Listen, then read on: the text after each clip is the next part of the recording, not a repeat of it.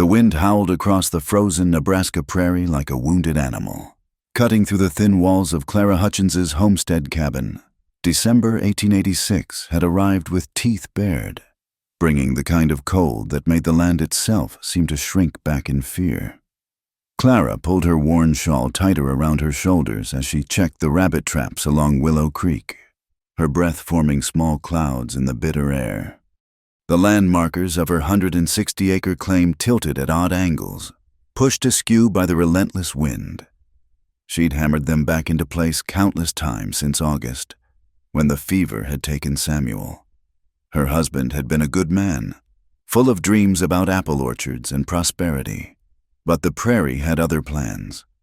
Now those dreams lay buried beneath a simple wooden cross on the hill overlooking her land. Clara moved methodically from trap to trap, her fingers stiff despite the rabbit fur mittens she'd sewn last winter. 2 cottontails hung from her belt, their weight a small comfort against the gnawing worry of surviving another winter alone. The sky pressed down gray and heavy, promising more snow before nightfall. She almost missed him. A dark shape against the base of a gnarled cottonwood tree caught her eye. At first, she thought it might be a dead calf or perhaps a bundle of discarded goods. But as she drew closer, her heart quickened. It was a man, slumped forward in the snow, his leather coat dark with what could only be blood. Clara approached cautiously, her hand moving instinctively to the skinning knife at her belt. Living alone on the frontier had taught her wariness. The man didn't move as she circled him, taking in the torn shoulder of his coat, the awkward angle of his body. Fresh horse tracks churned the snow around him, and she spotted pieces of cut barbed wire glinting like scattered teeth. "Mr." She kept her distance, prodding him gently with a fallen branch. He groaned, a sound so faint she might have imagined it. Moving closer, she could see his face young, perhaps 25, with dark stubble covering a strong jaw. His lips had taken on the bluish tinge that meant death was courting him hard. When she rolled him onto his back, he cried out weakly. The right shoulder of his coat was soaked through, and she could see the neat hole where a bullet had found its mark. Another wound gaped along his ribs, the edges ragged as if torn by wire or a glancing shot. His eyes fluttered open, unfocused and glassy with pain. "Don't," he mumbled, his words slurring together. "They'll come back. My father's men." Clara recognized the cut of his clothes, the quality of his boots. This was no homesteader or drifter. This was a cattleman's son, probably caught up in the escalating war between the ranchers and the farmers who dared to fence their land. "Were you cutting fences?" she asked quietly, though she already knew the answer. The evidence lay scattered around them. He managed a weak nod. Then his hand fumbled toward her arm. "Leave me. Not worth your trouble. They'll burn you out for helping." Clara looked down at him. This broken young man, who might have been one of those terrorizing families like hers just days ago. She thought of Samuel, burning with fever while she held his hand and prayed for a miracle that never came.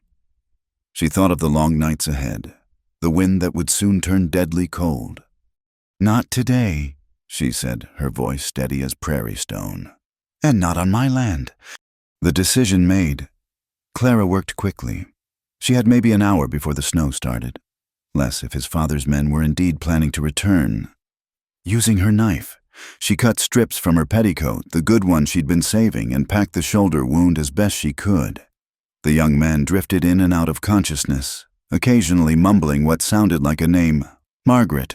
No, Mother." Clara fashioned a travois from fallen cottonwood branches and rope she always carried. Getting him onto it took all her strength and provoked a scream that made her glance nervously at the horizon. No dust clouds, no riders, not yet. The half-mile back to her cabin felt like 10. The makeshift sled caught on every rock and frozen rut, and she had to stop frequently to check that he still breathed. By the time she reached her door, her back screamed and sweat had frozen in her hair despite the cold. Her cabin wasn't much 2 rooms chinked with mud and straw. A stone fireplace and real glass windows that had cost her 3 months of egg money. But it was sturdy, built with Samuel's careful hands and her stubborn determination. She dragged the travois inside, not caring about the snow and mud tracking across her clean floor. The bullet in his shoulder had lodged deep, too close to bone and vital parts to dig out safely. The graze along his ribs looked worse than it was, though it would need careful cleaning and stitching. Clara had helped birth calves and treated Samuel's farming injuries. But this was different. This was deliberate violence, the kind that brought more violence in its wake. She worked by lamplight, using the last of her carbolic acid and honey to clean the wounds. The precious medical supplies had been meant to last the winter, but she pushed that worry aside. His fever was already climbing, and she knew from bitter experience how quickly infection could claim a life out here. When she'd done all she could, she covered the windows with oiled paper, blocking any light that might attract attention. The wind picked up outside, rattling the door in its frame. She dragged her rocking chair next to the narrow bed, Samuel's bed, and settled in with her Henry rifle across her knees. The young man tossed and turned, calling out names she didn't recognize. In the flickering firelight, she could see he was handsome in that careless way of men who'd never gone hungry or cold. His hands, though calloused, lacked the permanent stains and scars of a working homesteader. Clara didn't sleep that first night. She listened to the storm building outside, to his labored breathing, to every sound that might herald the arrival of armed men. Part of her wondered if she'd lost her mind, harboring a cattleman's son when the whole county knew the ranchers wanted the homesteaders gone. But another part, the part that remembered her father's sermons about good Samaritans, and the least of these kept her in that chair, rifle ready, watching over a stranger who might yet bring death to her door. By morning, snow had piled against the walls and the wind screamed like all the demons of hell were loose on the prairie. The young man still lived, though his skin burned hot and his breathing came shallow and quick. Clara spooned water between his cracked lips and whispered the same meaningless comforts she'd given Samuel in his final hours. Outside, she heard cattle lowing lost and freezing in the storm. The great herds that had ruled this land were dying by the thousands in what people would later call the big die-up. But inside her small cabin, Clara Hutchins fought her own war against death, armed with honey and carbolic, stubbornness and prayer. She didn't yet know his name was Eli McKenna, or that his father owned more land than some eastern states.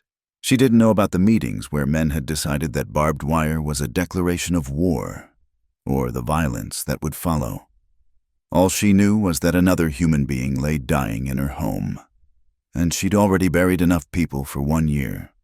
The storm settled in to stay, sealing them together in that small space between life and death, and somewhere in that first long day, as she changed his bandages and fought his fever, Clara made a promise not to God or the dying man, but to herself. This one would live, whatever it cost her. Whatever came after, this one would live. The world outside disappeared in white, and Clara Hutchins prepared for a long siege. The blizzard raged for 3 days, burying Clara's homestead in drifts that reached halfway up the windows. Inside the cabin, she had transformed the main room into a makeshift infirmary. Pots of water steamed constantly on the stove, filling the air with moisture to ease his labored breathing. Clean rags hung from a line stretched across the room, and she'd arranged her meager medical supplies on the table: willow bark for fever, beef tallow for the wounds, and the dwindling bottle of carbolic acid.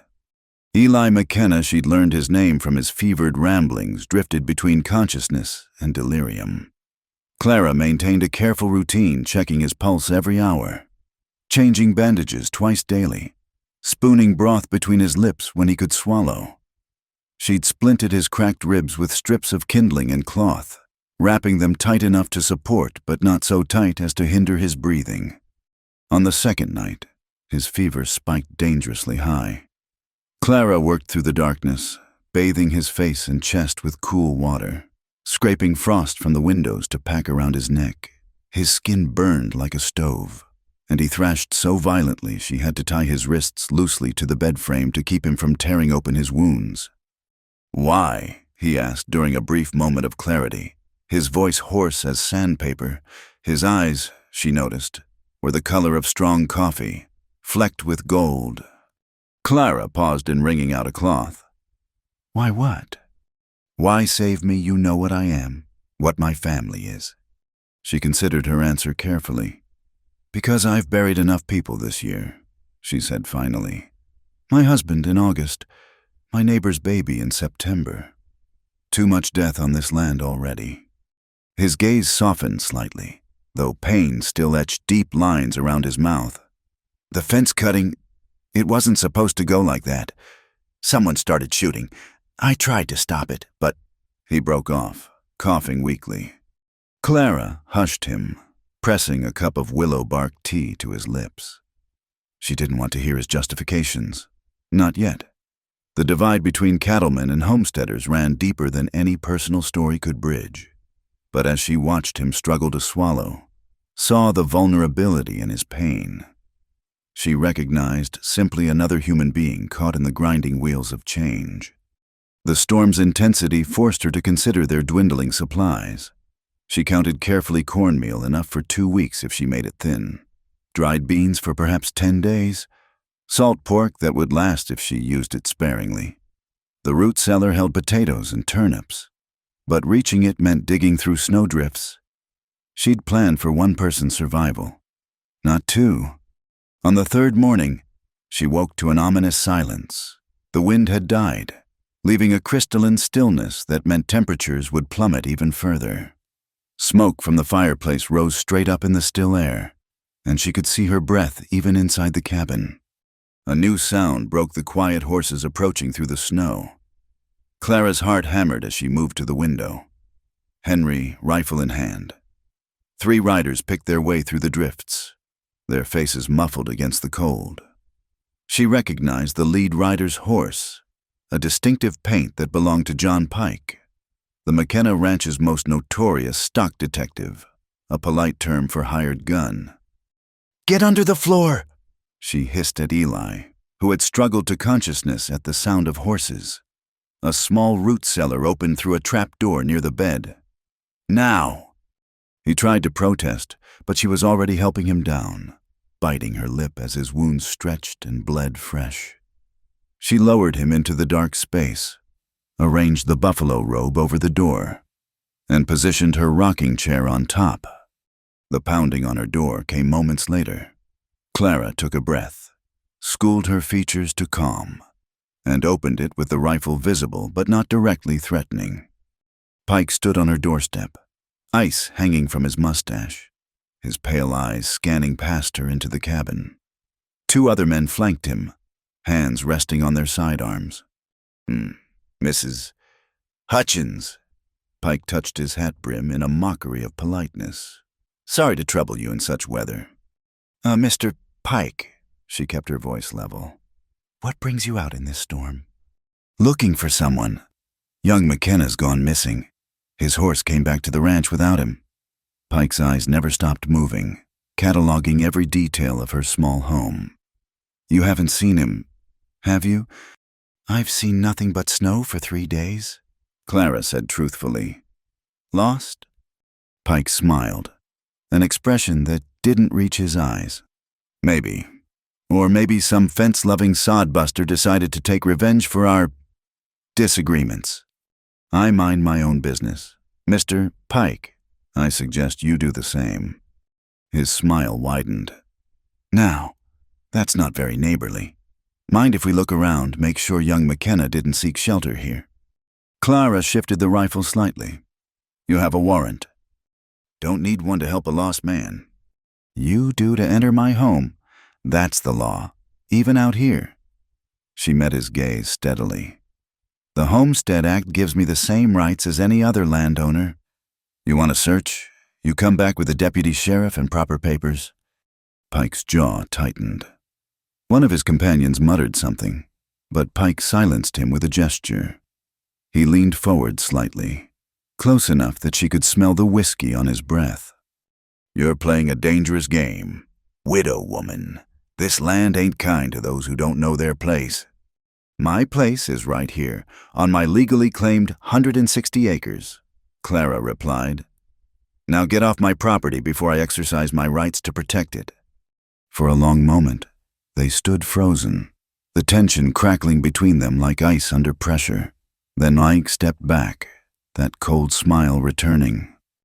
"We'll be back," he said softly, "with or without papers. Young McKenna's father is powerful worried about his boy. Powerful worried men do powerful foolish things."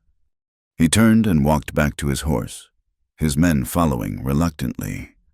Clara watched until they disappeared into the white landscape, then barred the door and sank into a chair, her hands shaking.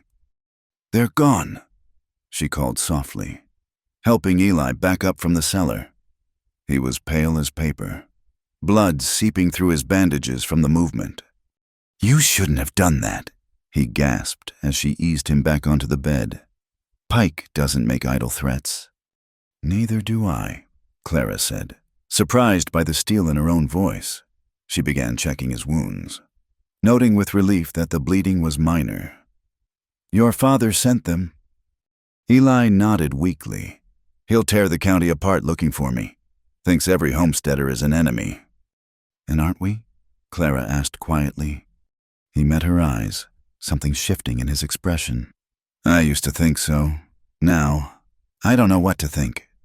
That night, as another storm rolled in, Clara made a decision that would have horrified her proper Methodist upbringing. The temperature dropped so severely that ice formed inside the cabin walls. Eli shivered uncontrollably despite the pile of blankets, his lips taking on that dangerous blue tinge again. She'd seen men freeze to death, knew the signs. The mathematics of survival were simple and harsh: shared body heat or death. Clara added every piece of wood she dared to the fire, pulled her own thin mattress next to his bed, and arranged all their blankets together. "This doesn't mean anything," she said firmly, though her cheeks burned with more than cold. "It's survival, nothing more." Eli was too weak to respond, but his eyes held understanding and gratitude as she lay down beside him, fully clothed, careful not to jar his injuries. The intimacy of it, the first time she'd lain beside a man since Samuel's death, made her breath catch. But as his shivering gradually eased and warmth built between them under the heavy blankets, she knew she'd made the right choice. Outside, the wind howled its fury, and somewhere in the darkness, she knew Pike and his men were planning their next move. But for now, in this small circle of warmth and light, two unlikely souls clung to life and, perhaps, to something more than mere survival. The widow lay beside the rancher's dying son and kept him alive through the winter. The second blizzard struck on Christmas Eve with a ferocity that made the first storm seem gentle. The temperature plummeted until Clara's few chickens froze on their roosts, despite being brought into the lean-to. She found them at dawn, solid as stones, and fought back tears as she carried them inside. Every loss mattered when survival balanced on such a thin edge. By nightfall, ice had formed on the inside of the windows, and their breath hung in clouds even near the fireplace. Clara had moved her horse into the kitchen, sectioning off a corner with boards. The animal's body heat might make the difference between life and death for all of them.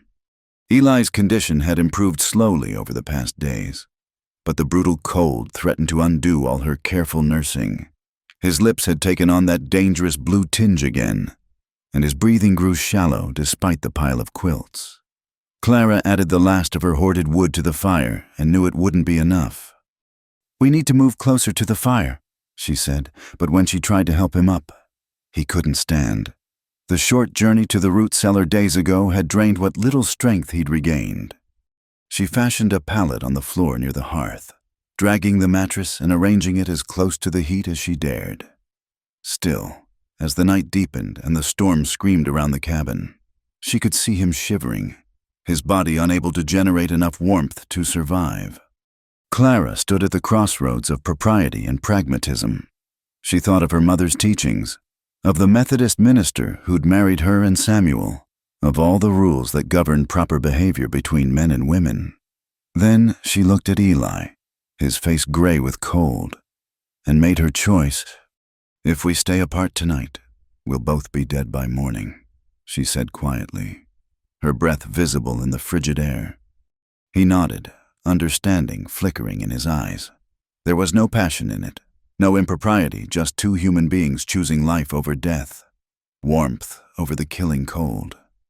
Clara banked the fire carefully and lay down beside him, still fully dressed in her wool dress and shawl. She pulled every blanket and quilt over them, creating a cocoon of shared warmth.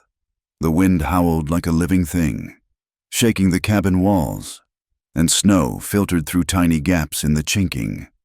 At first, she held herself rigid, careful not to touch him more than necessary. But as the night wore on and the cold pressed in like a physical weight, such considerations became meaningless. They pressed back to back, sharing heat through layers of clothing, their breathing gradually synchronizing in the darkness. "Tell me about Ohio," Eli said softly, his voice stronger than it had been in days. Clara was grateful for the distraction from their intimate circumstances. "Green," she said. "So green it hurt your eyes in spring. Apple blossoms like snow, but sweet-smelling. Church bells on Sunday morning, and women in white dresses having tea." "Why did you leave?" She was quiet for a long moment. "Samuel had dreams. He'd read about the Homestead Act, about free land and opportunity. My father had died, leaving debts. Marriage and moving west seemed like hope. And now I know hope comes with a price. But I also know I'm stronger than I thought. This land tests you, strips away everything unnecessary until only the core remains." Eli shifted slightly, a grunt of pain escaping him. "I grew up with everything," he said. "The biggest ranch in 3 counties, more cattle than we could count, men who jumped when my father spoke, but it all felt hollow, like playing a role in a play where everyone knew their parts except me." "Is that why you were cutting fences?" He was silent for so long she thought he wouldn't answer. "Yes and no. The small ranchers are being squeezed out too. The fence cutting started as their protest, but it's become something uglier. That night, I was trying to stop them from burning out the Hendersons' place. Told them we could negotiate, find a way to share the range. Someone called me a traitor to my own kind and started shooting." Clara absorbed this information, feeling the narrative she'd constructed about cattlemen versus homesteaders grow more complex. "Your father doesn't know this. My father sees what he wants to see. To him, you're all invaders, stealing land that's been open range since before I was born. He can't accept that the world is changing." The wind gusted, sending snow through a gap near the roof. Clara could feel ice forming on the blankets where their breath had created moisture. She pressed closer to Eli's warmth, past caring about propriety. "I'm not stealing," she said firmly. "I'm building. There's a difference." "I know," he said softly. "I see that now." They lay in companionable silence, listening to the storm rage. Clara found herself aware of every point of contact between them shoulders, backs, the accidental brush of a hand. It had been so long since she'd felt another human's warmth, since she'd been anything other than alone. "Clara," Eli said, his voice thoughtful. "What will you do when this storm ends? Pike won't give up. Neither will my father. I'll do what I've always done. Survive. Fight if I have to." She paused. "What will you do?" "I don't know. I can't go back to what I was. But I don't know how to be anything else." She turned slightly, enough to see his profile in the dim firelight. "You could learn. You could be a man who builds instead of tears down, who protects instead of destroys." "Is that what you see in me?" His voice held wonder. "I see potential," Clara said carefully. "The same potential I see in this land. It just needs the right cultivation." Morning came slowly, the storm still raging but with less fury. They'd survived the worst of it, pressed together like 2 coals keeping each other alight. When Clara finally rose to tend the fire and check on the horse, She felt the cold rush in where Eli's warmth had been and understood that something fundamental had shifted between them. She made coffee from their dwindling supplies, added a precious spoonful of sugar to his cup. He was sitting up now, still pale, but with better color than he'd had in days. "Thank you," he said simply, and she knew he meant for more than the coffee. "We're not through it yet," she warned. "This storm might last another day or two, and when it ends, I'll face whatever comes." Eli said, "But I won't let them hurt you. Not Pike, not my father. You saved my life." "We saved each other," Clara corrected quietly. Outside, the wind began to shift, and she could smell the change that meant the storm was finally breaking. Soon, the world would rush back in with all its complications and violence. But for now, in this small, warm space they'd carved out of winter's grip, two people who should have been enemies had become something else entirely. The transformation was as quiet as snow falling, as profound as the difference between life and death, and like the land itself after a blizzard, they would emerge changed, marked by their shared survival in ways that couldn't be undone. The storm broke on the third day, leaving behind a world transformed. Sunlight glinted off snow crystals with painful brilliance, and the temperature, while still bitter, had climbed enough that ice no longer formed indoors. Clara helped Eli to a chair by the window, where he could look out at the white expanse while she tended his wounds. "You're healing well," she said, unwrapping the bandages on his shoulder. The angry red had faded to pink, and the wound edges were knitting cleanly. "Another week and you'll be able to use this arm again." "Thanks to you." He winced as she applied fresh honey to the wound. "I've never seen anyone work so hard to keep a stranger alive." "You're not a stranger anymore," Clara said simply, rewrapping the shoulder with clean cloth. It was true. The intimacy of survival had worn away the barriers between them. She knew how he slept, how his breathing changed with pain levels, what foods he could keep down. He knew her habits, her quiet humming while she worked, the way she touched her wedding ring when thinking of Samuel. Over the following days, as Eli grew stronger, he began helping with small tasks. He mended harnesses with surprising skill, his long fingers patient with the leather. He sharpened tools, repaired a broken chair leg, and reorganized the wood pile to make it easier for Clara to reach. Each action was deliberate, purposeful, a man trying to prove his worth through deed rather than word. "You're good with your hands," Clara observed one afternoon, watching him fashion a new handle for her water bucket. "My mother insisted I learn practical skills," Eli said, testing the handle's fit. "Said a man who couldn't take care of his own gear wasn't worth much, rich or poor. Father hated it, thought such work was beneath a McKenna." "Your mother sounds wise." "She was." His hand stilled. "Died when I was 15. Consumption. After that, Father got harder, meaner. Like losing her froze something in him that never thawed." Clara understood that kind of cold, the way grief could settle into your bones. "Loss changes people," she said. "The question is whether it makes you harder or stronger. They're not the same thing." They established a routine of sorts.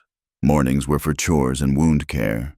Afternoons, when Eli's energy flagged, they would sit by the fire and talk. He told her about cattle drives to Kansas, about lightning storms that could spook 1,000 head into stampeding. She shared stories of Ohio, of learning to read from her minister father, of the expectation that she'd marry a shopkeeper or teacher and live a quiet town life. "What made you choose Samuel?" Eli asked one day. Clara smiled at the memory. "He had gentle hands and big dreams. He looked at me and saw a partner, not just a wife. That was rare." Her smile faded. "I just wish we'd had more time." "How long were you married?" 3 years. We spent 2 of them building this place, fighting grasshoppers and drought. The good times were sweet because we'd earned them." She looked around the cabin. "Sometimes I think he's still here, in the walls we raised, the fields we broke." Eli reached out impulsively and covered her hand with his. He was a lucky man. Clara didn't pull away, but she didn't respond to the touch either. The boundary between gratitude and something deeper was too fragile to test. On the 5th day after the storm, they heard horses approaching. Clara grabbed the rifle, but Eli shook his head. That's not how Pike travels. Too slow, too loud. He was right. The visitor was Tom Carlson from the neighboring homestead. His wind-burned face creased with concern. Clara stepped outside to meet him, keeping the door partially closed. "Mrs. Hutchins," Tom touched his hat. "Wanted to check you weathered the storm all right. That was a bad one." "I managed fine. Tom, thank you for checking." His eyes flicked to the cabin behind her. "There's talk in town. That McKenna boy's still missing. His father's offering $1,000 to anyone who finds him." Tom's expression was carefully neutral. "Some folks are saying maybe he got caught in the storm. Others think maybe someone's hiding him." "What do you think, Tom?" He studied her for a long moment. "I think folks should mind their own business. I think that boy was trying to keep the Hendersons from getting burned out when he got shot. And I think anybody who'd help another human being in a storm like that is doing God's work." Clara felt a rush of relief. "I appreciate your thoughts, Tom." "You need anything, you let me know." He turned his horse. "Oh, and Clara might want to keep that fellow away from the windows. Not everyone around here thinks like I do." After he left, Clara found Eli standing behind the door, his face troubled. $1,000, he said. "That's more than most folks see in 5 years. Are you worried I'll turn you in?" "No." His answer came quickly. "Certainly. But others will be tempted. We need to plan for when Pike comes back." That evening, they worked together preparing defenses. Eli showed her how to barricade the door effectively, where to position herself for the best firing angle if needed. His military precision revealed another facet of his upbringing. The rancher's son trained for range wars from childhood. "I hate that you need to know this," he said, watching her practice loading the Henry rifle. "I hate that it's necessary." Clara replied, "But I'm not helpless. I've defended this place before." "From what?" "Claim jumpers, mostly. Men who think a widow alone is easy pickings." Her smile was sharp. "They learn different." As night fell, they sat before the fire, the cabin secured against whatever might come. The intimacy of the storm days had evolved into something deeper, a partnership forged in necessity but strengthened by choice. "I've been thinking," Eli said carefully, "about when I'm healed." Clara kept her eyes on her mending.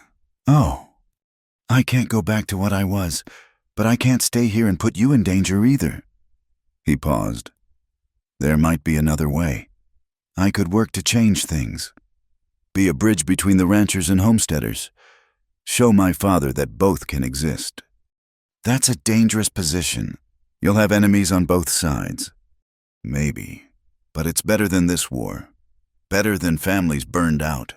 Men shot over wire and grass." He looked at her intently. "Would you think less of me for trying?" "I'd think less of you for not trying," Clara said softly. The fire crackled between them, casting dancing shadows on the walls. Outside, a wolf howled in the distance, answered by another. The sound reminded them both of the wildness that still claimed this land, the thin line between civilization and frontier justice. "Clara," Eli began, then stopped, seeming to reconsider his words. "What is it?" "Just thank you for everything, for seeing me as more than my father's son, for believing I could be better." She set aside her mending and met his eyes. "We all have the capacity to be better. Sometimes we just need someone to remind us of it." The moment stretched between them, full of unspoken possibilities. Then Clara rose, banking the fire for the night. Some things were too fragile to name, too precious to risk with words. But in the quiet understanding between them, in the shared work and whispered conversations, something was growing as surely as wheat in spring soil. Tomorrow would bring new challenges. Pike would return, with papers or without them. Eli would have to face his father, and the reckoning that awaited. But tonight, in the warmth of the cabin they'd defended together, two souls who'd found each other in the depths of winter prepared to face whatever came next. Together! Early January brought a false thaw, the kind that teased ranchers into thinking winter might ease its grip. But Clara knew better. The land had taught her that winter never surrendered without a final assault. She watched from her doorway as riders approached across the muddy snow, their horses picking carefully through the slush. Declan McKenna rode at the head of the group, his bearing as rigid as the fence posts his men had been cutting, even from a distance. Clara could see the resemblance to Eli in the set of his shoulders, the way he held his head. Behind him rode John Pike and 4 other men, their intentions clear in the rifles prominently displayed. Clara stepped out to meet them, her own rifle held loosely but visibly. Eli waited inside, hidden beneath the floorboards again despite his protests. His strength had returned considerably, but not enough for a confrontation with 6 armed men. Mr. McKenna, Clara said evenly as the riders stopped just outside her fence line. Declan McKenna was a man carved by wind and ambition, his face weathered to leather. Eyes the same coffee brown as his son's, but harder, colder. He studied Clara with the calculating gaze of someone accustomed to measuring everything in terms of profit and loss. Mrs. Hutchins. His voice carried the authority of wealth and power. I believe you have something that belongs to me. I have nothing of yours, Mr. McKenna. Everything on this land was bought and paid for or built with my own hands. Pike shifted in his saddle, hand moving toward his gun. Don't play games, woman. We know he's here. Clara kept her eyes on Declan. If you're looking for someone, I suggest you get the proper authorities involved. I don't respond to accusations from hired guns. I am the authority here, Declan said quietly, and the simple certainty in his voice was more threatening than any shout. My son disappeared 2 weeks ago. His horse came back bloodied. You were seen in town buying medical supplies beyond what one person would need. I stock up for winter, as any sensible person does. And the smoke from your chimney neighbors say it's been heavier than usual, burning more wood than one person needs. Clara allowed herself a small smile. I wasn't aware my heating habits were of such interest to the community. Perhaps people should find better entertainment than watching a widow's chimney smoke. One of the younger riders snickered, earning a sharp look from Pike. Clara noticed the boy's discomfort, the way he avoided meeting her eyes. Not all of them were comfortable with intimidating a woman alone. Search the place, Declan ordered. Clara raised her rifle. No, you need a warrant, signed by Judge Morrison. That's the law. The law? Pike laughed. Out here, we make our own law. Then you're no better than the outlaws you claim to protect against, Clara said steadily. If you enter my home without legal authority, I'll defend it. And when the territorial marshal investigates why a widow had to shoot 6 men, I wonder how that will look in the Eastern papers that your investors read. Declan's jaw tightened. She'd hit a nerve. The cattle barons were sensitive about their reputation back east, where their financing came from. You're hiding my son, he said flatly. I know it. You know it. This pretense serves no one. If your son is missing, I'm sorry for your worry. Clara replied, but I can't help you. They faced each other across the frozen mud, wills clashing like steel on steel. Then, unexpectedly, Declan's expression shifted, showing a glimpse of something that might have been pain. He's my only son, he said quietly. His mother died bringing him into this world. Everything I've built is for him. Then perhaps you should have listened to him, Clara said, her voice gentler. From what I hear, he was trying to prevent violence when he disappeared. Declan's face hardened again. What would you know about it? I know a father's love can become a prison if it doesn't allow a son to become his own man. The words hung in the cold air. For a moment, Clara thought she saw uncertainty in Declan's eyes. Then Pike spoke up, breaking the spell.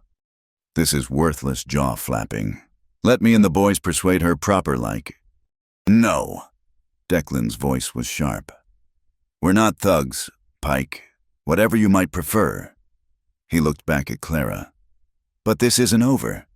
If I find out you've been hiding him, no piece of paper will protect you." He turned his horse and rode away, his men following reluctantly. Pike was the last to leave, and the look he gave Clara promised that he'd be back, with or without his employer's permission. Clara waited until they were out of sight before her knees gave way. She sank onto the porch step, rifle across her lap, hands shaking with delayed reaction. Eli emerged from the hiding place, his face tight with anger and shame. "I should have faced him." "And gotten us both killed. Pike was looking for an excuse to start shooting." "He's my father. I could have—" Watt talked sense into him, that man's pride is harder than this frozen ground. Clara stood, steadying herself. "He'll be back. Or Pike will. We bought time, nothing more." That night, Eli was restless, pacing the small cabin like a caged wolf. "I'm putting you in danger every moment I stay here." "You're healing. You can't ride yet. Not hard enough to escape Pike." "I could go to town, turn myself into the sheriff, tell the truth about what happened." Clara considered this. "Sheriff Watson is a good man, but he's one man against your father's influence. You need witnesses, evidence. You need to be strong enough to stand trial without collapsing." Eli slumped into a chair. "I hate this, hiding like a coward while you face them alone." "You're not a coward. You're smart enough to know when to fight and when to wait." She sat across from him. "Your time will come." They were quiet for a moment. Then Eli asked, "What you said to my father, about love becoming a prison, were you speaking from experience?" Clara was surprised by the question. "No, Samuel never tried to cage me, but I've seen it in others. Mothers who hold so tight their children can't breathe. Fathers who plan their sons' lives down to the last detail." She paused. "Your father loves you, in his way. He just doesn't know how to show it except through control. He wasn't always like this. When Mother was alive, he laughed more, listened more." Eli stared into the fire. "After she died, it was like he decided the only way to honor her memory was to build an empire for me. Except I never wanted an empire. I just wanted a father." Clara reached out and touched his hand. "It's not too late. Once this is resolved, once the truth comes out, maybe you can find each other again." "Maybe." He turned his hand over, interlacing their fingers. "Clara, when this is over—" She pulled back gently. "Let's focus on getting through it first."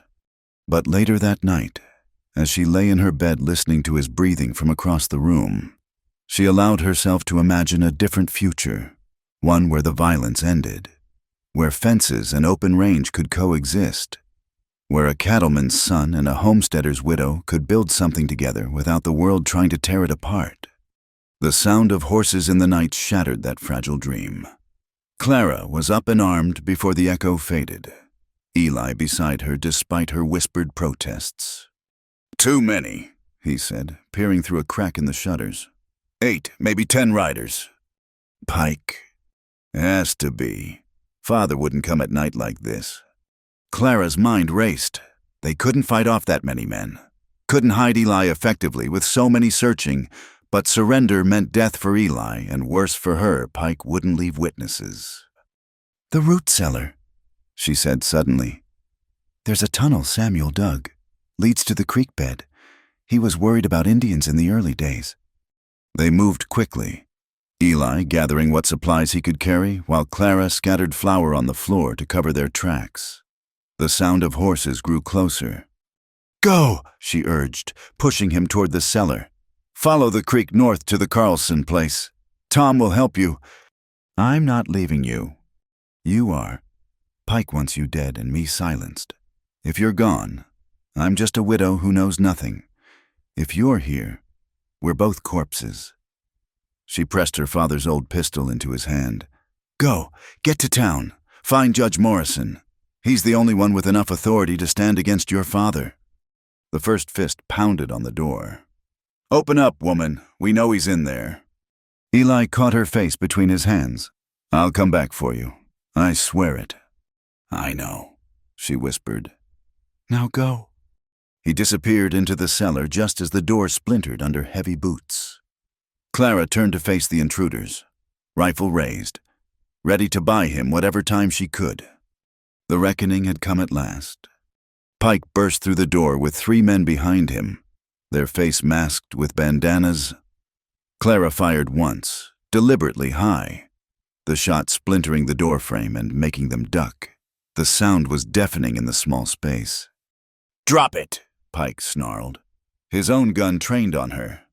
Clara kept the rifle steady. "Get out of my house!" "Search the place," Pike ordered his men. They scattered, overturning furniture, tearing through her carefully organized supplies. One kicked over her flour bin, sending white clouds across the floor. Another yanked quilts from her bed, dumping out drawers of clothing. "He's not here," Clara said coldly. "As I told your employer." Pike backhanded her, the blow sending her stumbling against the wall. Stars exploded across her vision, but she kept hold of the rifle. "Where is he?" "I don't know what you're talking about." He hit her again, and this time she tasted blood. One of his men shifted uncomfortably. "Pike, maybe she really doesn't." "Shut up, Garrett." Pike grabbed Clara's chin, forcing her to look at him. "I know McKenna's boy was here. That neighbor of yours, Carlson, got drunk in town. Said he saw smoke from 2 chimneys during the storm, yours in the kitchen. Only reason to heat both is if you got livestock or people in there." Clara's heart sank, but she kept her face blank. "I moved my chickens inside, lost too many to the cold." "Boss," one of the men emerged from the bedroom. "Found blood on some rags, fresh bandages." Pike smiled, a cruel expression that made Clara's skin crawl. "Chickens don't need bandages, Mrs. Hutchins." She stayed silent. Anything she said would only make things worse. "Check the cellar," Pike ordered. 2 men yanked open the trap door and descended. Clara held her breath, praying Eli had made it to the tunnel. "Just preserved goods down here." One called up, "Wait, there's another opening. Looks like a tunnel." "Follow it," Pike commanded. He turned back to Clara. "You've been busy. Haven't you playing nurse to that traitor?" "If someone was hurt in the storm," Christian Charity demanded. "Christian Charity," Pike laughed. "Is that what you call bedding down with the enemy?" Clara's face flamed, but she met his gaze steadily. "You have a filthy mind to go with your filthy soul. Mr. Pike." He raised his hand again, but a commotion outside stopped him. Horses, many of them, and voices shouting orders. Pike went to the window, cursing at what he saw. "It's the old man," he said. "What's he doing here?" Declan McKenna entered with the authority of a man who owned everything he surveyed. His eyes took in the ransacked cabin, Clara's bloodied face, Pike's defensive stance. "I told you to wait for my word," Declan said quietly. And Pike actually took a step back. "We had information. I acted on it." "You acted on your own bloodlust." Declan's voice could have frozen flame. "Mrs. Hutchins, are you badly hurt?" Clara touched her split lip. "I'll survive. I always do." "Pike, get your men out of here, now." "But Mr. McKenna." "Now." Pike's jaw worked, but he gestured to his men. They filed out, one emerging from the cellar shaking his head. "Tunnel leads to the creek, but it's old. Hasn't been used in years. No fresh tracks." When they were gone, Declan surveyed the damage. "I apologize for this. Pike exceeded his authority." "He's your man. His actions are yours." Clara began gathering scattered flour, trying to salvage what she could. "You're right." He surprised her with the admission. I've given him too much freedom. Let him think violence was always the answer. And isn't it in your world? Declan picked up an overturned chair. Setting it right. My son would say no. He'd say I've become the very thing I once fought against, a tyrant ruling through fear. Your son sounds wise. He's young, idealistic, doesn't understand what it takes to build something lasting. Maybe what he understands is that nothing built on blood lasts forever. Clara faced him directly. Your empire will crumble. Mr. McKenna, maybe not today, maybe not this year, but someday. Because you can't stop change with bullets or burns. The homesteaders will keep coming. The world is shifting under your feet, and all your violence just makes the ground less stable. Declan studied her for a long moment. You speak as if you know my son well. I speak as someone who's watched men like you try to hold back the tide. It never works. He moved to the door, then paused. If you see him, if he contacts you, tell him something for me. Clara waited. Tell him his mother would be ashamed of what I've become. The words seemed to pain him. Tell him I'll listen, if he wants to talk. Really listen this time. He left before Clara could respond. She sank into the rescued chair, suddenly exhausted. Her face throbbed where Pike had struck her, and her hands shook as the adrenaline faded. But Eli had escaped. That was what mattered. She spent the rest of the night cleaning, trying to restore order to her destroyed home. As dawn broke, she heard horses again. Her heart sank. She couldn't face another confrontation. But it was Tom Carlson, along with Reverend Phillips from town and Judge Morrison himself. The judge was a small man with the bearing of someone much larger. His lined face stern as he dismounted. Mrs. Hutchins, he said. Tom here says you've had some trouble. You could say that. Clara touched her swollen face. The judge's expression darkened. Who did this? John Pike. He broke into my home, searching for Eli McKenna. And did he find him? Clara met the judge's eyes. There was no one here but me. Judge Morrison nodded slowly. I see. Well, breaking and entering is a serious crime. Assault on a woman even more so. Tom, Reverend, you'll serve as witnesses. Mrs. Hutchins, I'll need a full statement. As Clara told her story, carefully edited to exclude Eli's presence, she noticed the judge's sharp eyes taking in every detail. When she finished, he was quiet for a moment. Interesting tunnel in your cellar, he said finally. Old. From the looks of it, your late husband's work. He was concerned about Indian raids in the early days. Prudent man. The judge stood. I'll issue warrants for Pike and his men. This lawlessness has to stop. As for young McKenna, wherever he might be, I hope he finds his way to town soon. I'd very much like to hear his version of what happened the night he disappeared. After they left, Clara allowed herself a moment of hope. The judge seemed sympathetic, and having the Reverend as a witness would carry weight. But Pike was still out there, and wounded pride made dangerous men more dangerous. 2 days later, Eli returned.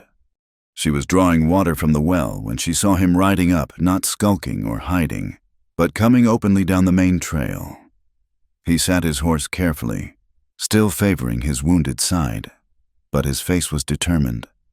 You shouldn't be here, she said, even as her heart leapt at the sight of him. I'm through hiding. He dismounted, steadying himself against the horse. I've been to town, spoken with Judge Morrison. Tom Carlson and 2 others have agreed to testify about what really happened that night. The Hendersons are alive. Pike's men didn't burn them out after all, thanks to the storm. And your father, I'm going to face him. In court, if necessary. But first, he stepped closer, taking her hands. Clara, these weeks with you have changed everything. I can't go back to who I was. I want to build something real, something honest. With you, if you'll have me. Clara's throat tightened. Eli, you're talking about crossing lines that can't be uncrossed. Your family, your position. Mean nothing if I can't live with myself. He cupped her face gently, mindful of the bruises Pike had left. I love you, Clara. Not because you saved my life, but because you showed me what a life worth living looks like. She closed her eyes, leaning into his touch. Everything practical in her screamed warnings about the impossibility of their situation, the violence that would follow, the judgment of society. But her heart had already chosen that first night when she decided he would live. I love you too, she whispered. God help us both. He kissed her then, careful of her injured lip, and for a moment the world shrunk to just the two of them, standing in the morning light. But reality waited, patient and inexorable. There's going to be a reckoning, Clara said when they parted. Your father, Pike, the whole county will take sides. I know.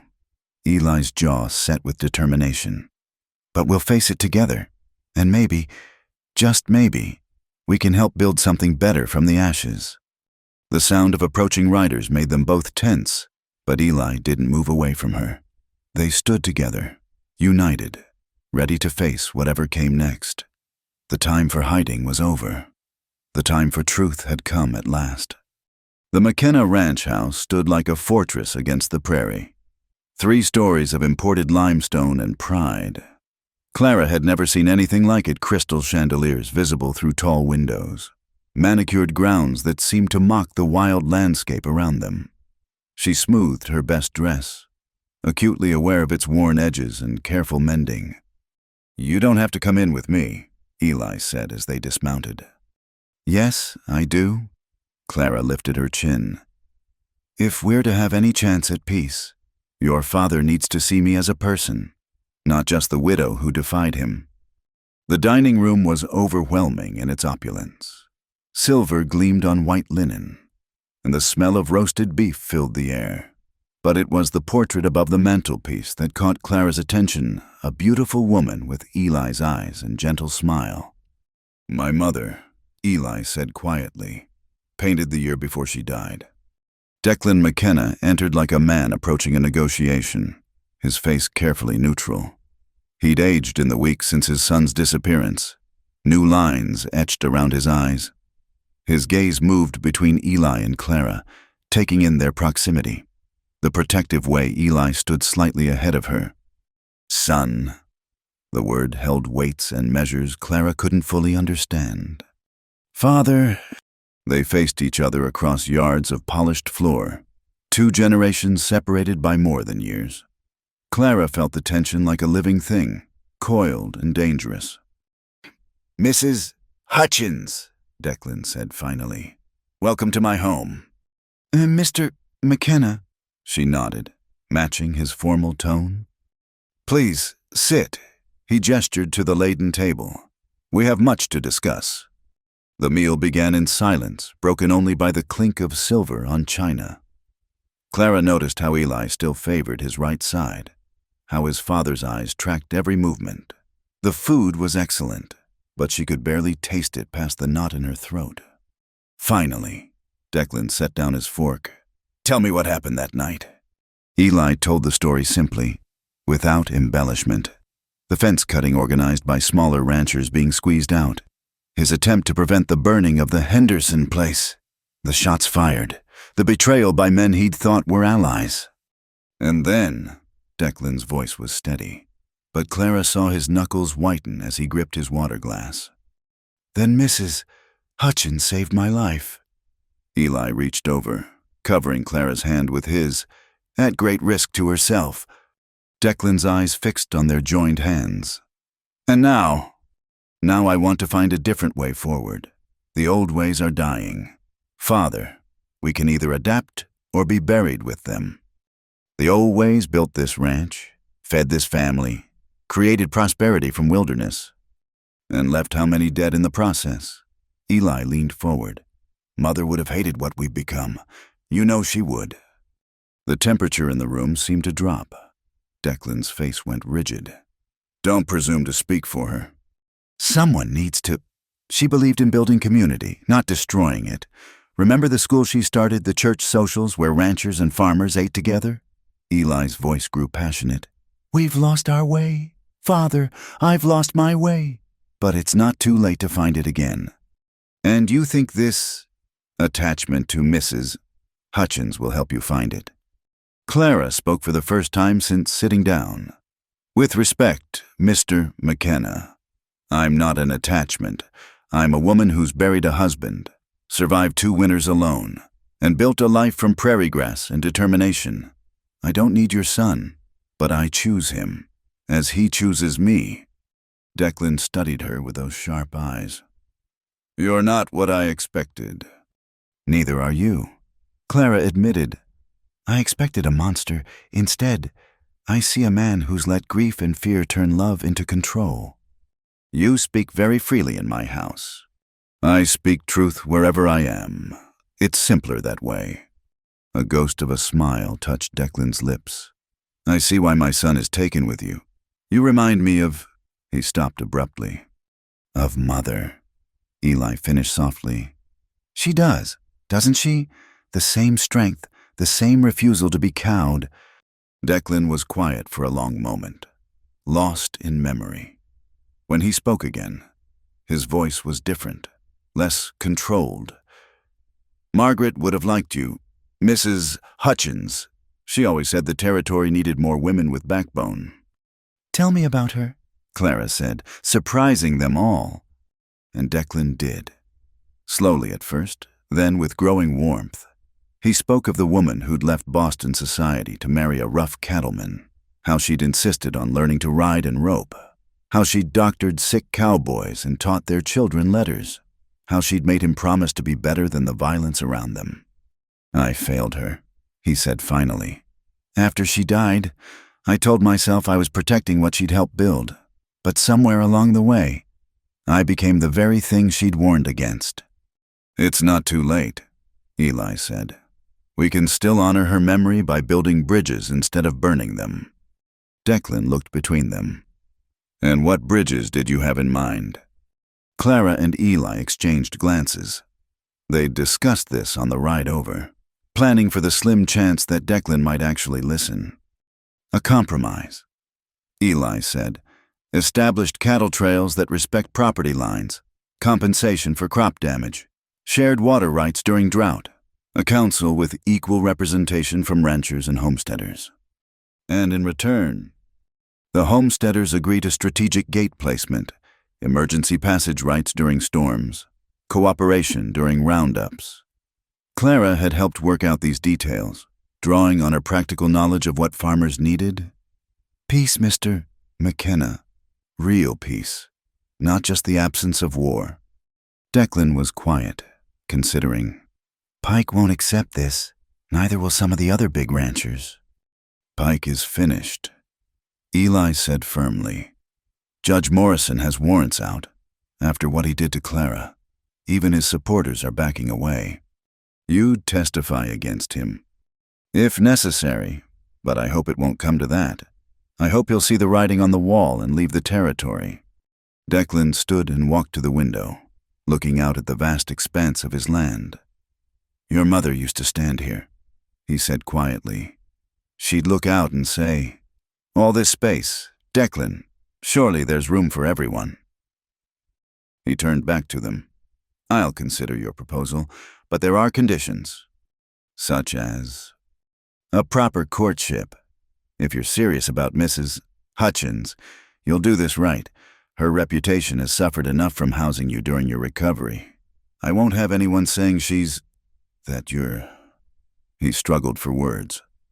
That I'm your son's kept woman, Clara supplied bluntly. Mr.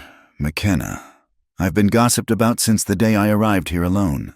I've long since stopped caring what small minds think. But I care, Eli said. Father's right. You deserve proper recognition, proper respect. He squeezed her hand. Marry me, Clara. Not someday. Not after long courtship. Now. As soon as Judge Morrison can perform the ceremony. Clara's breath caught. Eli, I know it's fast. I know it's not conventional. But nothing about us has been conventional. He turned to his father. Would that satisfy your concerns about propriety? Declan looked between them, and Clara saw something shift in his expression. You really love her. More than I thought possible. And you, Declan asked Clara, do you love my son? Or is this gratitude for his change of heart about homesteaders? Clara stood, moving to face Declan directly. Mr.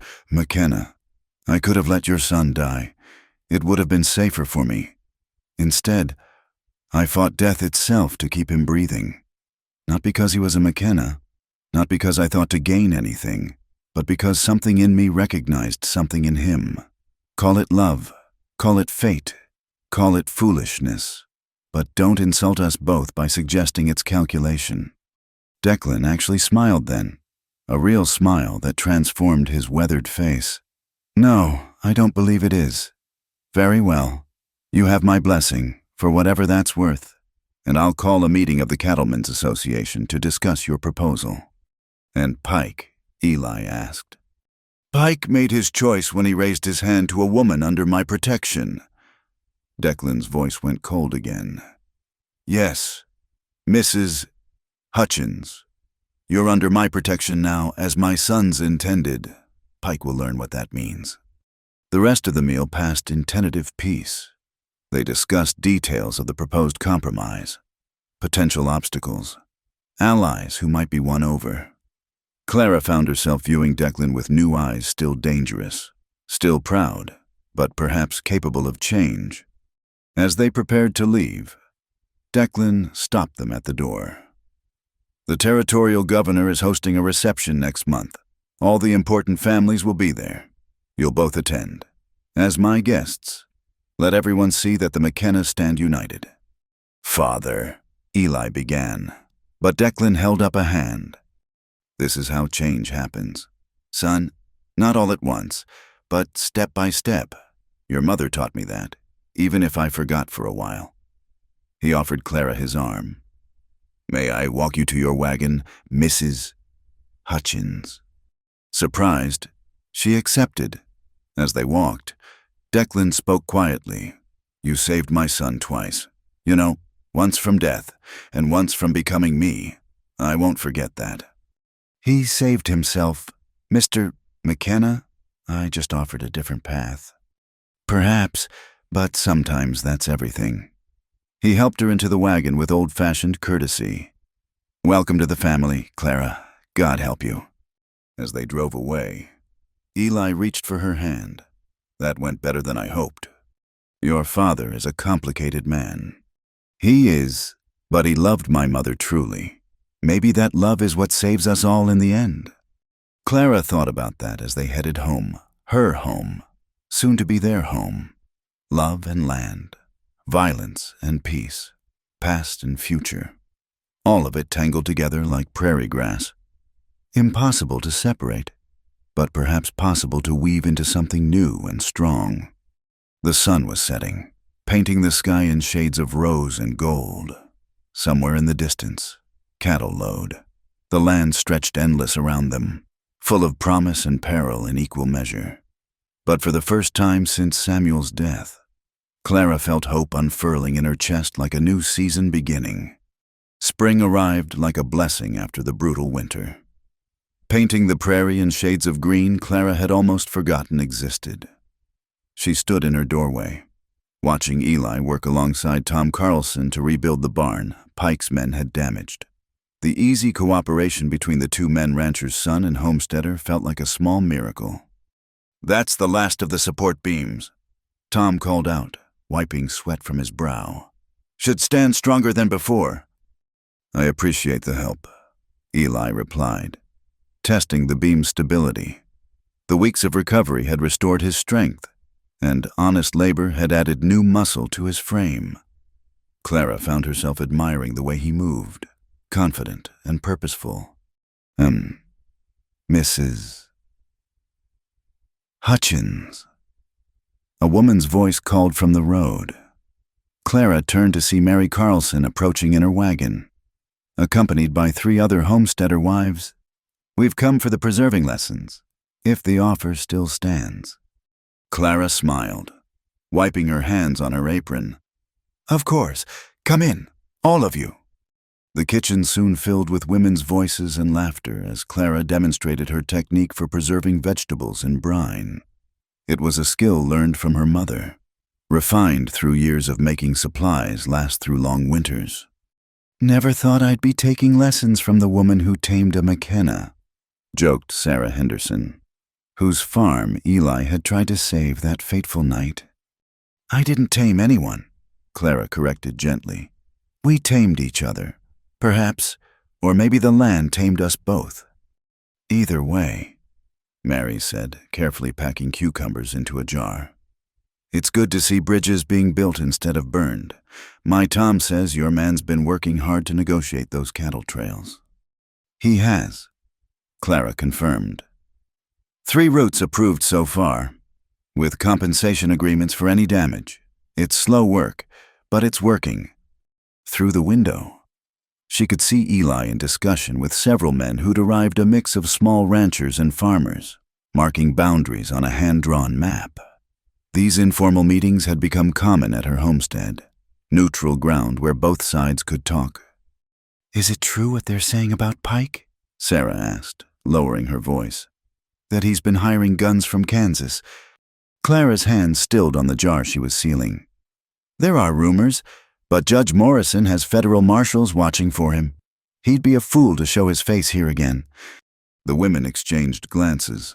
They all knew Pike's type men who counted pride higher than sense, who'd rather die than admit defeat. Clara had taken to keeping the Henry rifle loaded and within reach, and Eli never rode out without being armed. As if sensing her thoughts, Eli appeared in the doorway. "Ladies," he tipped his hat politely. "Clara, riders coming from the east. Looks like my father with news." The women began gathering their things. Sensing the shift in atmosphere, Mary pressed Clara's hand. "You be careful. Just because the big man's talking peace doesn't mean everyone's listening." After they left, Clara and Eli stood together watching Declan McKenna approach with 2 riders. The old man sat his horse as straight as ever, but something in his bearing had changed over the past weeks, less rigid, more thoughtful. "Son, Clara." He dismounted, and Clara noticed he'd begun using her given name. "We need to talk." They gathered around the table, the same one where Clara had tended Eli's wounds months ago. Declan's news was mixed. "The Cattlemen's Association is split," he reported. "About half support the trail agreements. The others—" he shook his head. "They're talking about bringing in more guns from Texas, making a real war of it." "And Pike?" Eli asked. "Vanished after robbing a bank in Julesburg.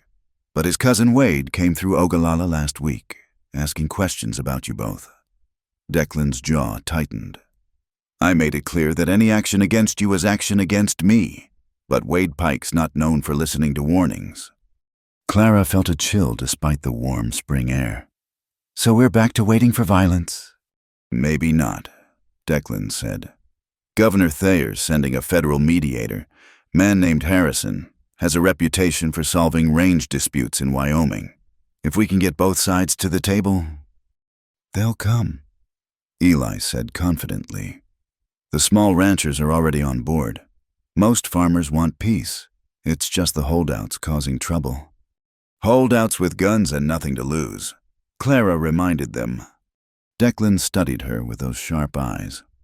"You're thinking like a tactician. Good. We'll need that." He pulled out a letter. "This came for you both, from the governor's office."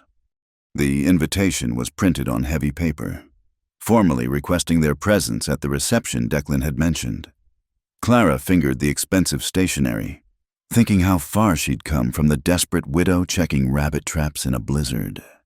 "I don't have anything suitable to wear," she said practically. "That's already handled." Declan surprised her by saying, "I've arranged for Mrs. Morrison, the judge's wife, to take you to the dressmaker in North Platte. Consider it a wedding gift." "We're not married yet," Clara pointed out. "About that," Eli interjected.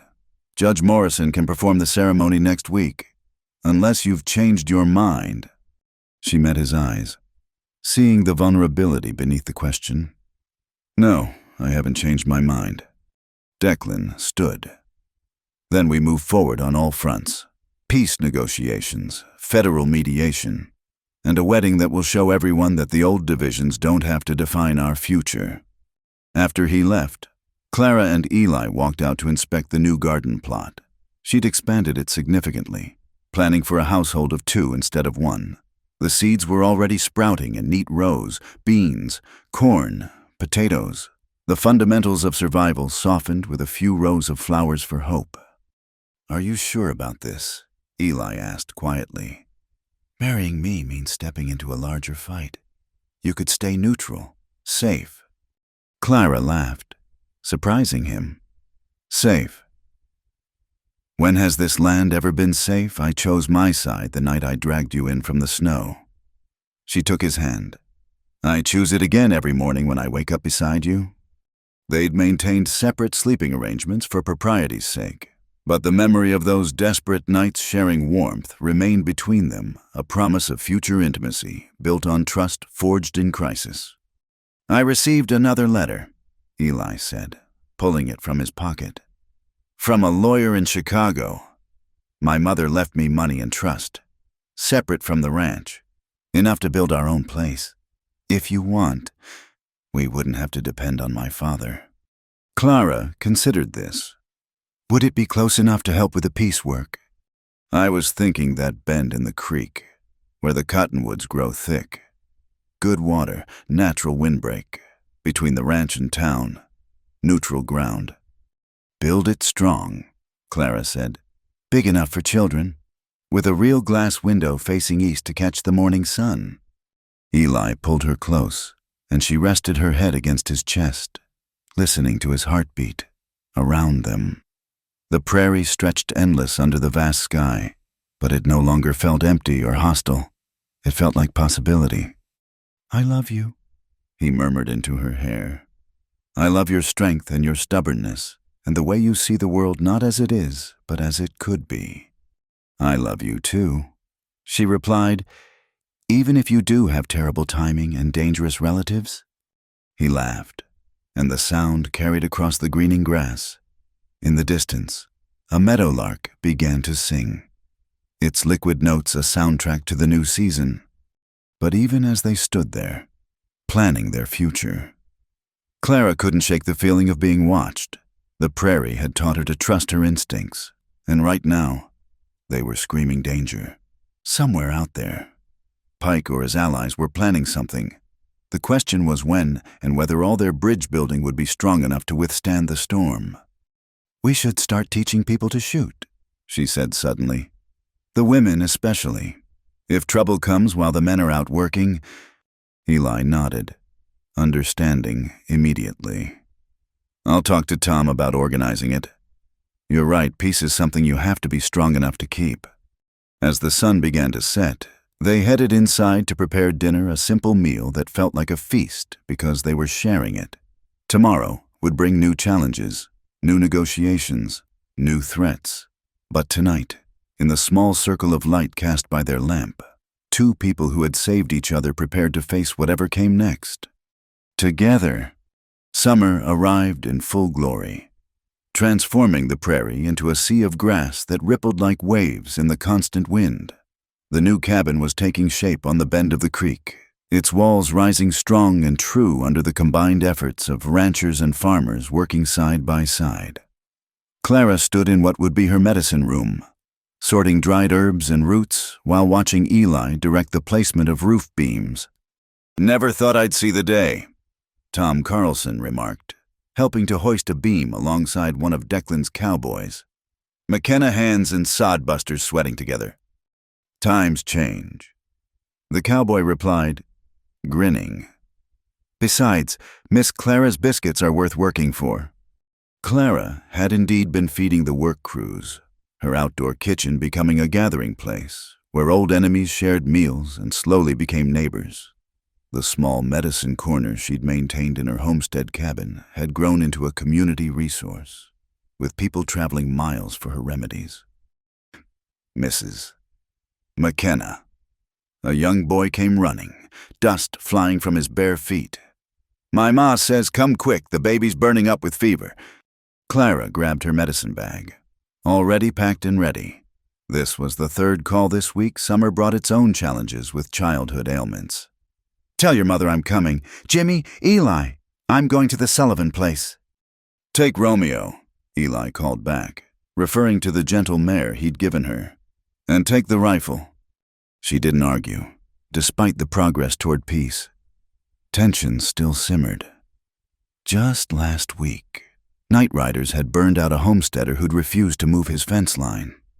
No one could prove who did it, but everyone suspected Pike's cousin Wade was involved. The Sullivan baby responded well to willow bark tea and cool compresses. As Clara worked, she taught Mrs. Sullivan how to manage the fever, sharing knowledge that would help the next time. It was part of her mission not just to heal, but to teach healing.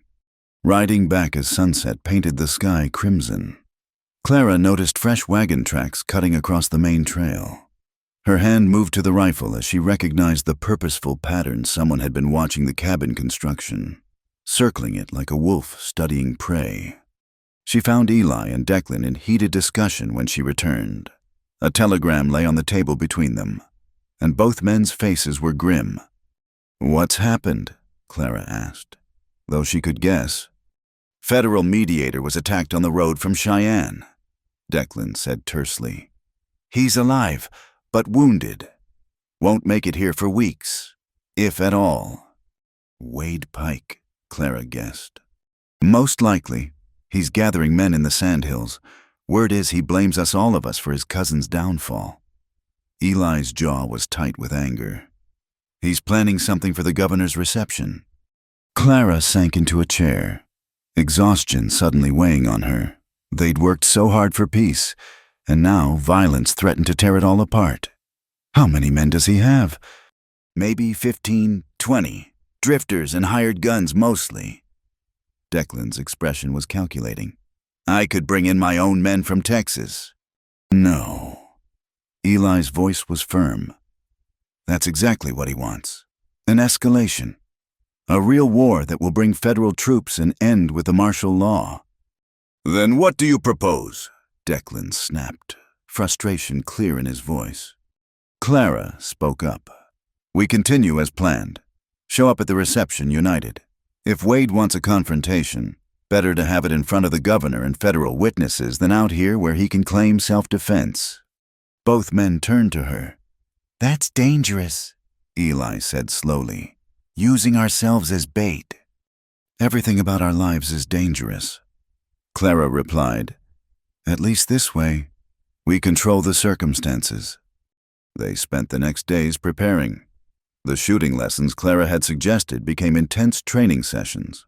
Mary Carlson proved to be a crack shot, and several other women showed surprising skill. Meanwhile, Eli worked with the men on defensive positions around the new cabin and the other homesteads. The wedding took place on a clear morning, with Judge Morrison presiding in the unfinished main room of the new cabin. Clara wore a simple blue dress, not the fancy gown Declan had offered to buy, but something practical she could work in. Eli stood beside her in his best shirt, the one she'd mended so carefully during his recovery. The gathering was small, but significant homesteaders and ranchers standing together as witnesses. Tom Carlson stood as Eli's best man, while Mary held Clara's flowers, wildflowers picked from the prairie that morning. "Do you, Clara Hutchins, take this man to be your lawfully wedded husband?" Judge Morrison asked, his voice carrying the weight of law and tradition. "I do," Clara said firmly, meeting Eli's eyes. In them she saw their whole journey from that frozen day by the cottonwood to this moment of public commitment. "Do you, Eli McKenna, take this woman to be your lawfully wedded wife?" "I do."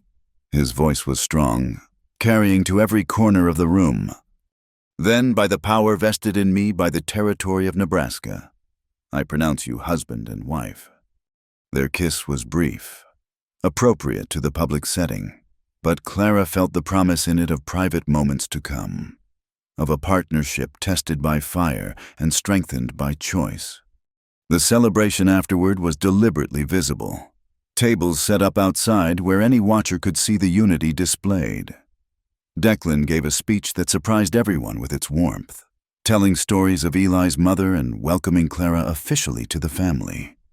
"My Margaret would have loved you," he told Clara quietly during a break in the festivities. "You have her way of seeing past what is to what could be." "Thank you," Clara said, touched by the comparison. "I hope I can live up to her memory." "You already have." Declan's smile was sad but genuine. "You brought my son back to me, not just alive, but as the man his mother hoped he'd become." As evening approached, a dust cloud appeared on the horizon. The celebration quieted as riders approached 8 men, armed and traveling with purpose. But instead of Wade Pike, it was Sheriff Watson from Ogallala with a federal marshal and deputies. "Sorry to interrupt the festivities," the sheriff said, tipping his hat to Clara, "but we've had word of planned trouble. Marshal Henderson here has warrants for Wade Pike and his associates."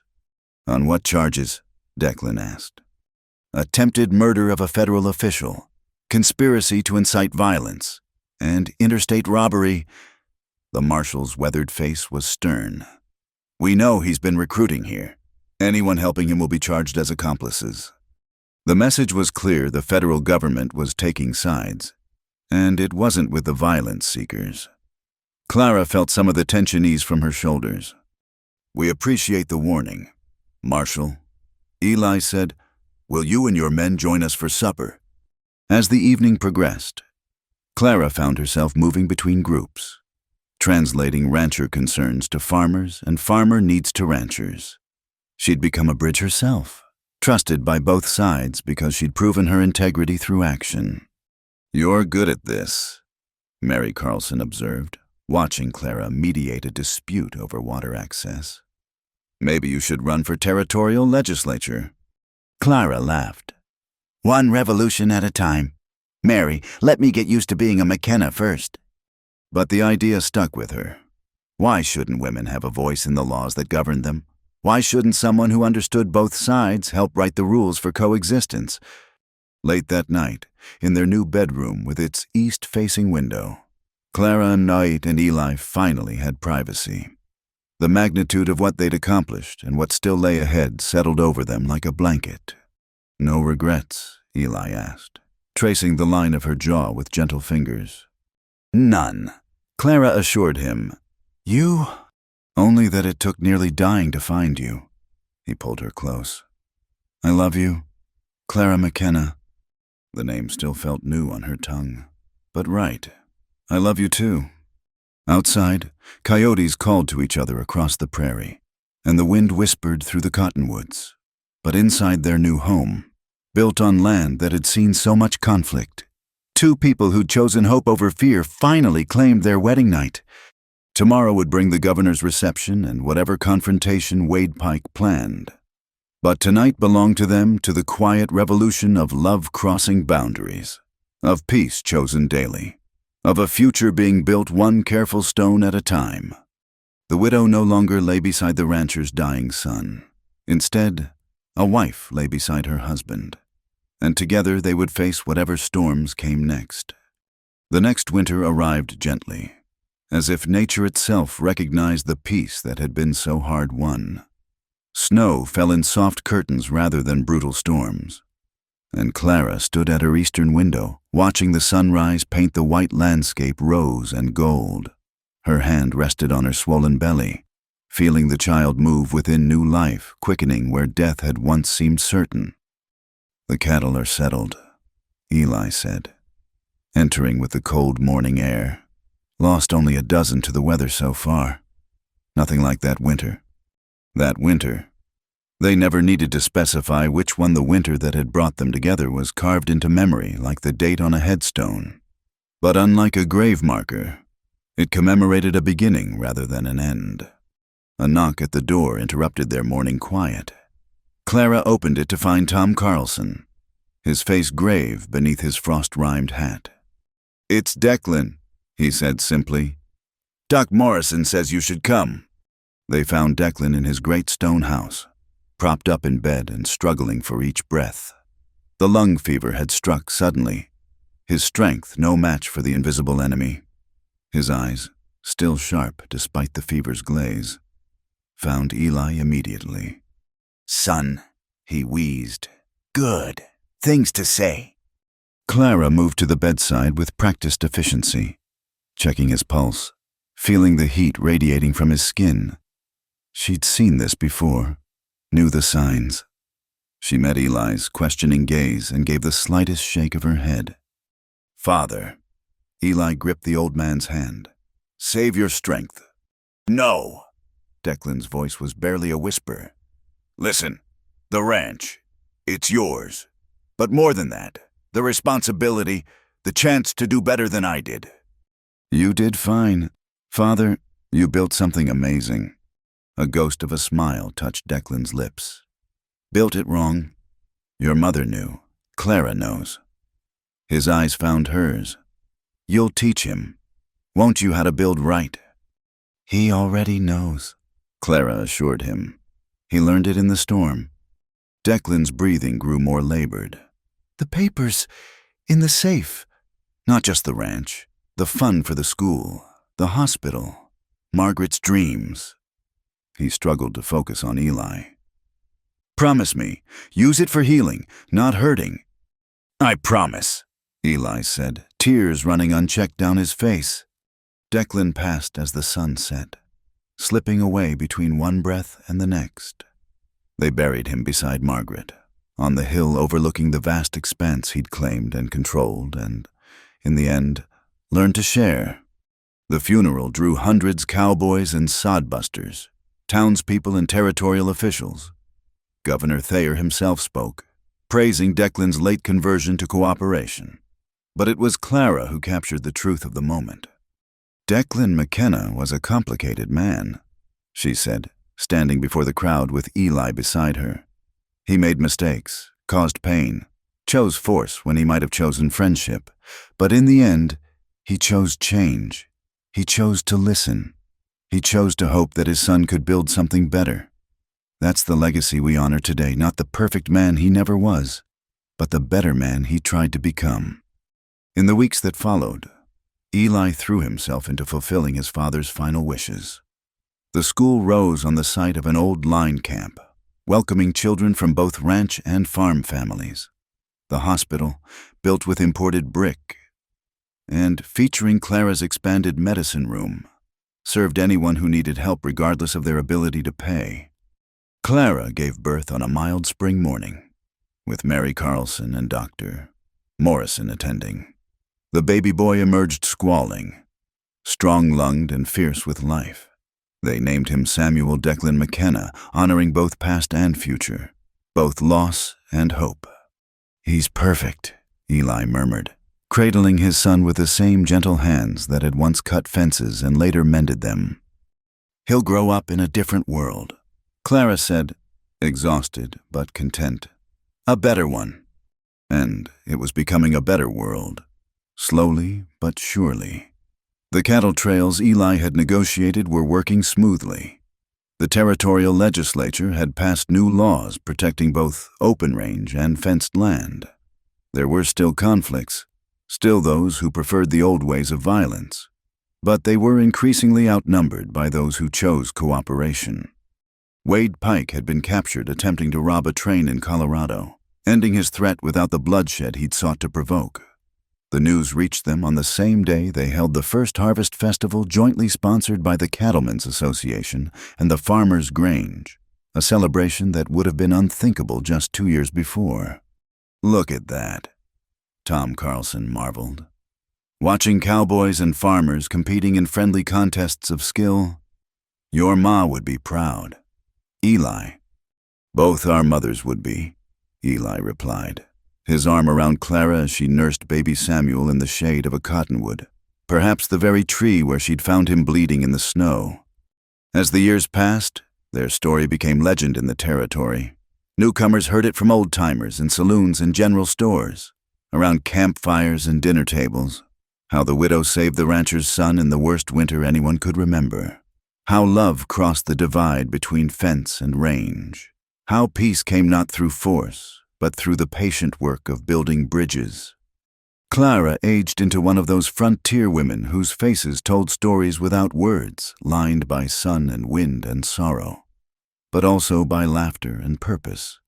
She trained other women in healing arts, served on the school board, and when Wyoming became the first territory to grant women the vote, she cast her ballot with steady hands. Eli grew into the kind of man his father had been too wounded to become strong, but not hard, prosperous but not grasping, respected rather than feared. Under his leadership, the McKenna Ranch pioneered new methods of land management that allowed cattle and crops to coexist sustainably. Their children, 3 boys and 2 girls, grew up bilingual in the languages of range and farm, equally comfortable on horseback and behind a plow. They attended the integrated school their grandfather's money had built, learned healing from their mother and husbandry from their father. On their 20th wedding anniversary, Clara and Eli stood on the hill where both their past loves lay buried. The stone they'd added simply read, "Here lies the winter of 1886. From its storms came spring." "Do you ever regret it?" Eli asked, as he had on their wedding night so long ago. "The life you might have had if you'd never dragged me in from the cold." Clara considered the question, looking out over the land that had tested them, broken them, and ultimately remade them. The prairie stretched endless still, but now it was marked with windmills and fence lines, schools and churches, the visible signs of community where once there had been only isolation. "That woman died in the blizzard," she said finally. "The one who emerged was someone new, someone stronger, someone who learned that surviving isn't enough. You have to choose what kind of life you're fighting for." A meadowlark sang from a fence post, the same liquid notes that had soundtracked their courtship. Their youngest daughter ran toward them through the grass, sunbright and laughing, chased by her brothers. Behind them, smoke rose from the chimneys of the expanded ranch house, where their older children were helping prepare for another harvest festival. "The winter that nearly killed us gave us everything," Clara said, taking Eli's weathered hand in hers. "How could I regret that?" As the sun set over the Nebraska prairie, painting the sky in shades of rose and gold, they walked back toward home together. Behind them lay the graves of who they'd been, the grieving widow, the rebellious son. Ahead waited the evening meal, the gathering of family, the simple pleasures of a life built on the ashes of tragedy. The widow had lain beside the rancher's dying son through the worst winter in memory, but from that desperate act of human kindness had grown something neither could have imagined: a love that bridged divides, a family that healed wounds, a future that honored the past while reaching toward hope. In the great story of the American West, theirs was just one small chapter. But it was a chapter that proved change was possible, that enemies could become allies, that the prairie's harsh lessons could teach compassion as well as survival. And in the end, perhaps that was legacy enough, the proof that even in the hardest ground, with patience and courage and love, something beautiful could grow. The land remained, eternal and demanding, but the people who worked it had learned to see each other not as obstacles to overcome, but as neighbors to cherish. And in that transformation lay the true conquest of the frontier, not the taming of the land, but the civilizing of the human heart. Thank you for listening to this story from the Wild West. Where are you enjoying this tale? Please share in the comments below. I'd love to connect with listeners from around the world. Don't forget to subscribe to the From Wild West channel and share your thoughts about Clara and Eli's journey. What touched your heart the most? Let me know in the comments.